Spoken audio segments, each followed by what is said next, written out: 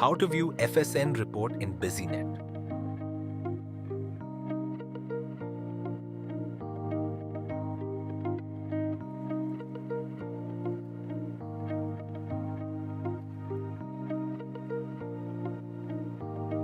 Users can view FSN report where they need to define the range of fast and slow moving goods in percentage. The data will be segregated as per the defined ranges where users can view range-wise opening stock, stock inward, stock sold, and available stock details for fast, slow, and non-moving goods.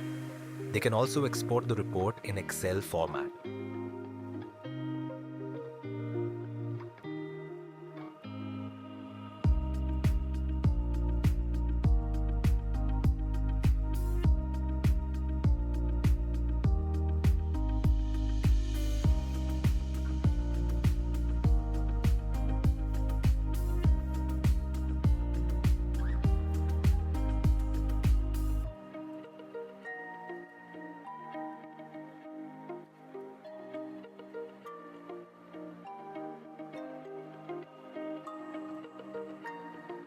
Thank you.